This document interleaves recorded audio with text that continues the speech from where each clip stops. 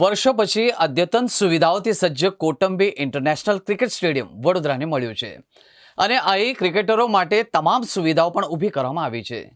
પરંતુ Baroda cricket association જાણે stadium તરફ જવાનો રસ્તો જ બનાવવાનું ભૂલી ગયો તેમ લાગી રહ્યું છે. વડોદરા હાલોલ રોડ પર આવેલી કોટંબી ઇન્ટરનેશનલ ક્રિકેટ સ્ટેડિયમ તરફ જવાના રોડ પર માત્ર ને માત્ર કપચી જોવા મળી રહી છે.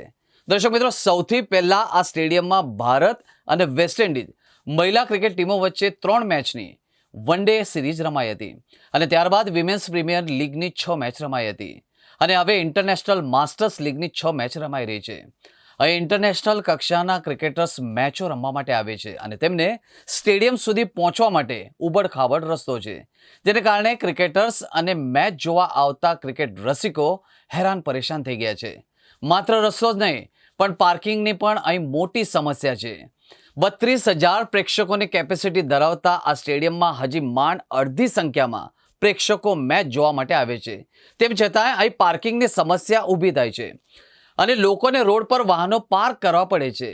જ્યારે ટીમ ઇન્ડિયાના વિરાટ કોહલી અને રોહિત શર્મા જેવા દિગ્ગજો મેચ રમવા આવશે અને સ્ટેડિયમ હાઉસફુલ થઈ જશે, ત્યારે શું હાલત થશે એ તો ચિંતાનો વિષય છે.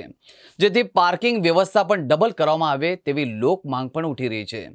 આ ઉપરાંત વડોદરાથી હાલોલ તરફ જ્યાં સ્ટેડિયમ આવેલું છે એ સ્થળે કોઈ કટ આપવામાં આવ્યો નથી, જેથી વાહન ચાલકોને 1.5 થી 2 કિલોમીટર દૂર જવું પડે છે અને ત્યાંથી પરત આવીને સ્ટેડિયમમાં જવું પડે છે, જેના કારણે વડોદરા હાલોલ હાઈવે પર 5 થી 7 કિલોમીટર સુધીનું ટ્રાફિક જામ થઈ જાય છે અને આ ટ્રાફિક જામના કારણે હજારો ક્રિકેટર રસિકો મેચમાં 2 કલાક મોડા પહોંચે છે. વાહન ચાલકો હેરાન પરેશાન થાય છે. આ સમસ્યાને પણ હલ કરવામાં આવે તેવી માંગ પણ ઉઠી રહી છે. દર્શક મિત્રો, મુખ્ય રોડથી સ્ટેડિયમ તરફ જતો રસ્તો હજુ તૈયાર કરવામાં આવ્યો નથી, જેના કારણે મેચ જોવા માટે આવતા ક્રિકેટ રસિકોને પણ હેરાન થવું પડી રહ્યું છે. આ રોડ પરથી પસાર થતા વાહનો સ્લીપ થઈ જાય છે. રસ્તો કાચો હોવાથી સચિન તેંડુલકર સહિતના ક્રિકેટરને સ્ટેડિયમ તરફ જતા બીજા રસ્તાનો ઉપયોગ કરવો પડે છે, જે રસ્તો સિંગલ પટ્ટી છે, જેથી ઇન્ટરનેશનલ મેચો રમતા ક્રિકેટર્સને પણ મુશ્કેલી પડી રહી છે.